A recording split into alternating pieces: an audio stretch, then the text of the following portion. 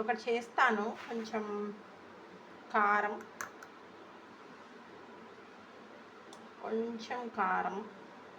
కొంచెమే, కొంచెం పసుపు, రవ్వంత పసుపు, కొంచెం సాల్ట్, ఆ కారానికి సరిపడా సాల్ట్,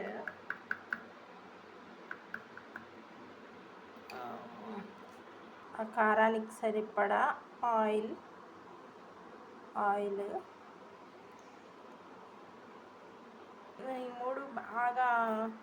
ఈ మూడు బాగా మిక్స్ చేసుకోవాలి.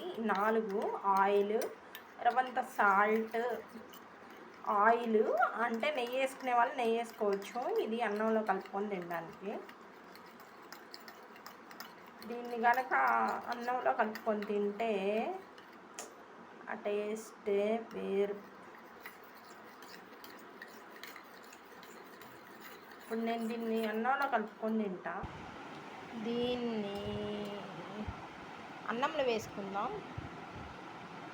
అన్నంలో వేసుకొని తిందాం. అంటే ఇంట్లో ఏమీ లేనప్పుడు ఇది చేసుకోవచ్చు.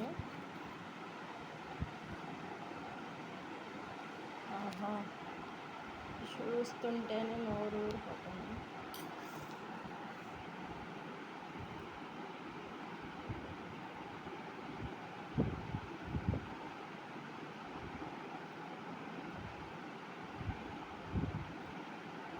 చాలా బాగుంటుంది. ఎప్పుడన్నా, మరీ అంటే ఎప్పుడు తినమని చెప్పట్లేదు, ఎప్పుడన్నా మన ఇంట్లో సడన్గా ఏం లేనప్పుడు.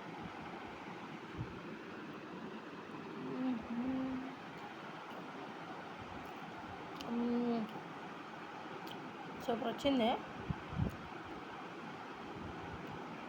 పట్టండి పట్టండి పట్టండి, తినండి తినండి తినండి.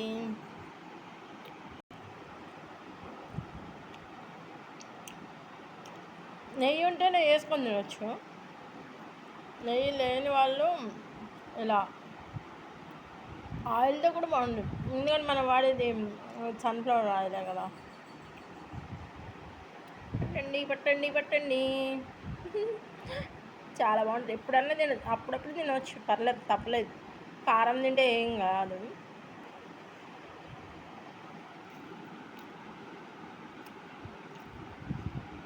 ముందు మనం వేసామంటే ఆయిల్, సాల్ట్,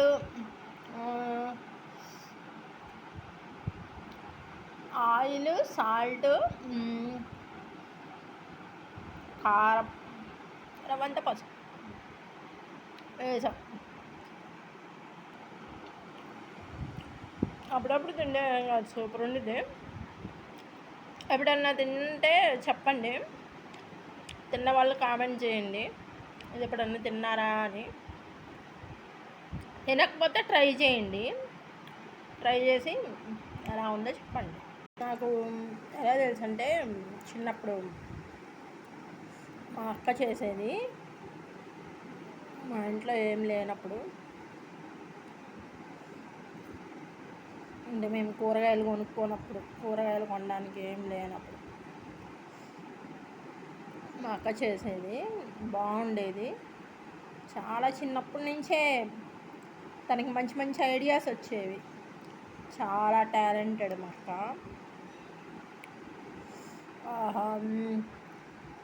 నోట్లో నీళ్ళు ఊరిపోతున్నాయి. ఏం లేదు, ఇది ఎలా ఉండిద్దంటే, మనం మామిడికాయ గ్రేవ్ ఉండిద్ది కదా, మామిడికాయ పచ్చడి పెట్టుకుంటాం కదా, ఆవకాయ పచ్చడి, అందులో గ్రేవ్ ఉంటుంది కదా, పీసులు కాకుండా, అలా ఉంటుంది.